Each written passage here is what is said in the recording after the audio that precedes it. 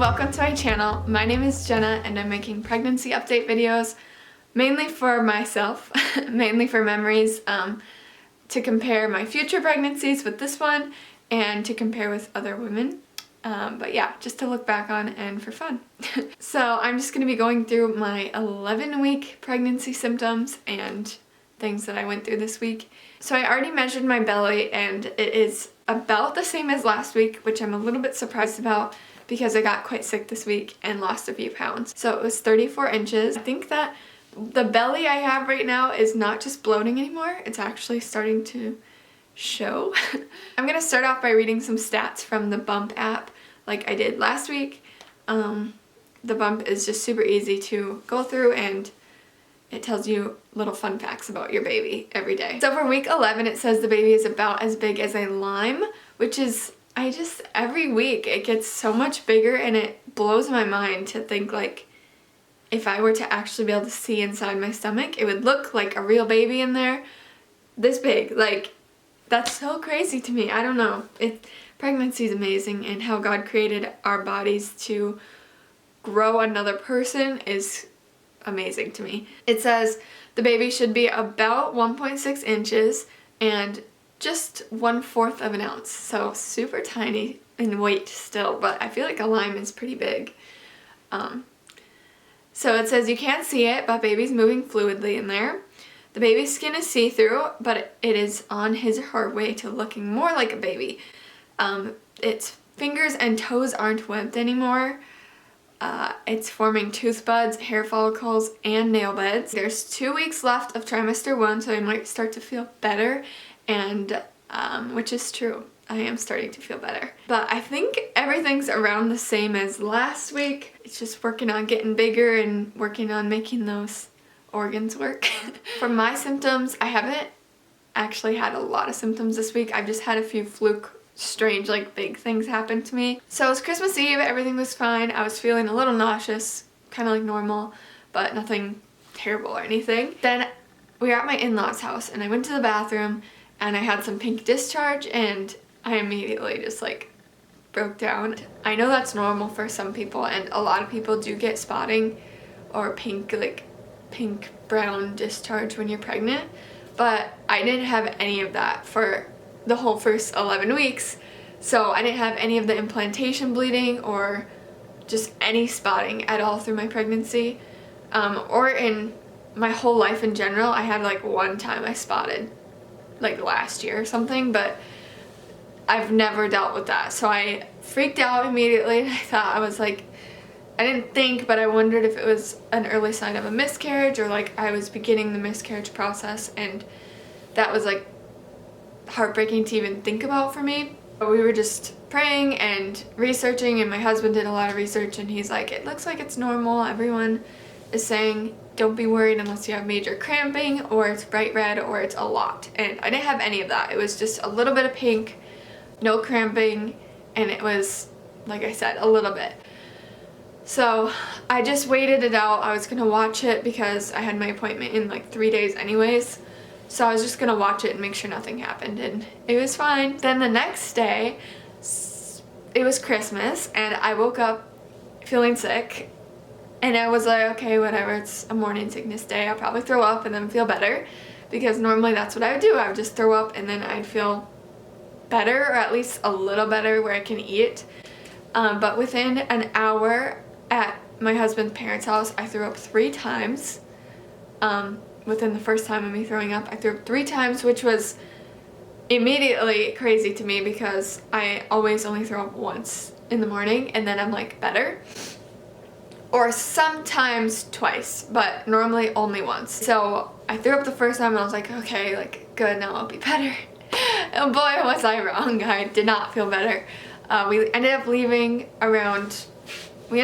after breakfast, and I literally slept or threw up all day long from morning until the time I laid in bed to go to sleep at night. I was either on the floor sleeping, on the couch sleeping, on the bathroom floor sleeping, or with my head in the toilet. So it was really terrible. I thought maybe I got a stomach bug, but it was like only throwing up. My stomach didn't hurt at all. It was only just terrible nausea and I couldn't stay awake. But I tried everything. Normally once I eat something I can feel better, so I tried to snack every time after I threw up, and it just made it worse and worse. So I couldn't keep down water, any liquids, or any food all day long.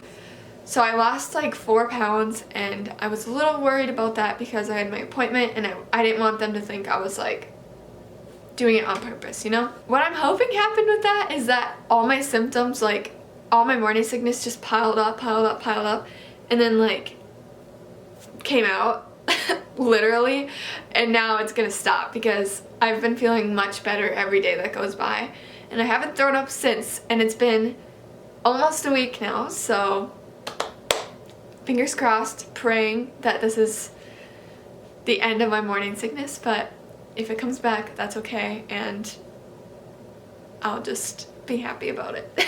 I'll try. Another symptom I've been having is my fatigue is kind of, it's about the same as it always has been. I don't even really consider it a symptom because everyone gets fatigue when you're pregnant.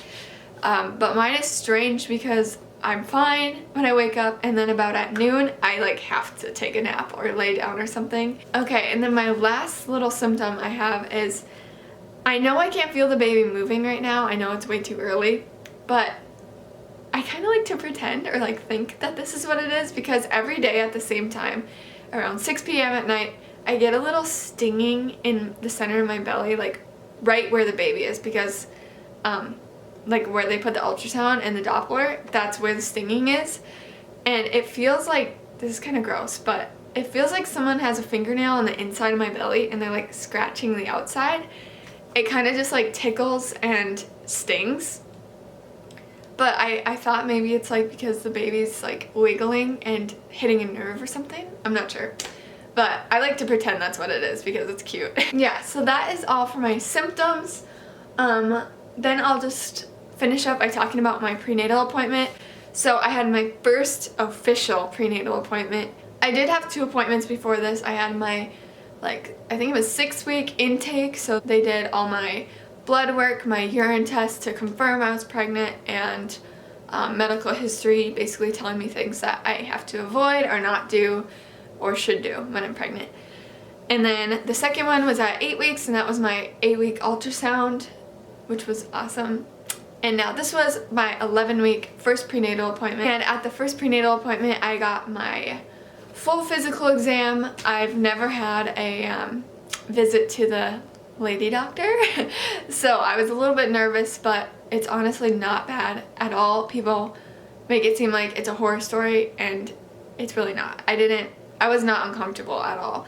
And yeah, the pap smear wasn't bad. The pelvic exam was like, I could have done without, but it wasn't anything crazy. But yeah, so she said she did see some pink discharge up there, but she said it was normal, just blood vessels dilated, so I'm not too worried. One more thing. Oh, we got to hear the heartbeat for the first time, which was